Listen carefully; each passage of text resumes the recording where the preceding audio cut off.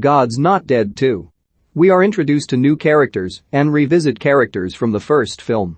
A teenager named Brooke is trying to go about her day but is depressed because her brother died in an accident 6 months ago. Her parents seem to be over it and want her to be also. Grace Wesley, Melissa Joan Hart, is Brooke's history teacher.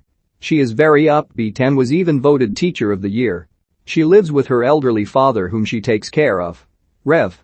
Dave returns and is having a bad day when Reverend Jude, also from the first film, shows up. He will be finishing his doctorate in the States and will be staying there. Amy returns as a journalist. She was diagnosed with cancer at the end of the last film and became a Christian while interviewing the newsboys. She just came from the doctor and is now friends with the band and tells them she is cancer-free. Now that her illness is in remission, she wants to seek God out while just living her normal life. Martin Yip also returns as a Chinese college student. He became a Christian at the end of the first film and is now seeking answers to many of his questions. At the end of class, Grace notices Brooke seems upset and asks her. Brooke tells her she is fine, but later seeks her out to talk. They talk about her loss and she asks Grace how she stays so upbeat all the time. Grace's answer is Jesus. Later the Salvation Army comes to pick up her brother's things and a volunteer gives Brooke a Bible she found. Her family is atheist, which is why she is confused as to why her brother would have one. It's all marked up with notes and she begins reading it. In class, Grace is talking about Gandhi and Martin Luther King Jr.'s teachings about peaceful solutions. Brooke raises her hand and asks if it is also similar to Jesus's teachings. Grace agrees and recites some of Jesus's words from the Bible to show the similarities. One student takes out his cell phone and tells someone Grace has been preaching in class. She is called in for disciplinary action and put on paid administrative leave while they investigate. She gets a lawyer from the teachers' union, a very young lawyer named Tom Endler, Jesse Metcalfe.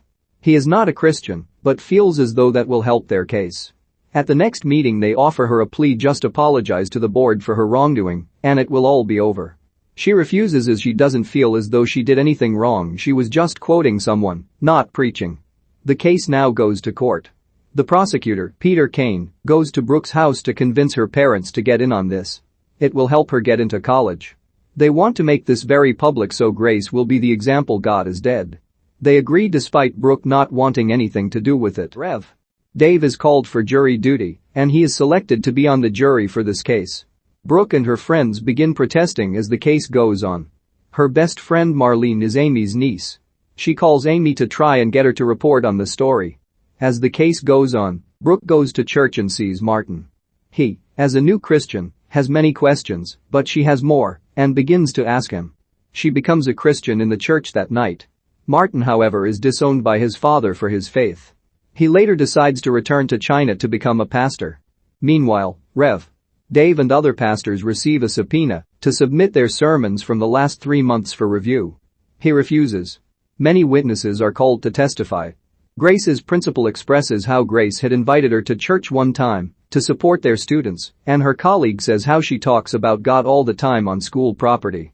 Grace and Tom need a new strategy. They decide to make the case that Jesus was a real historical figure, just like Gandhi and MLK. They call in historians as witnesses and make their case. Suddenly Reverend Dave becomes sick, and they must replace him with an alternate. He has appendicitis.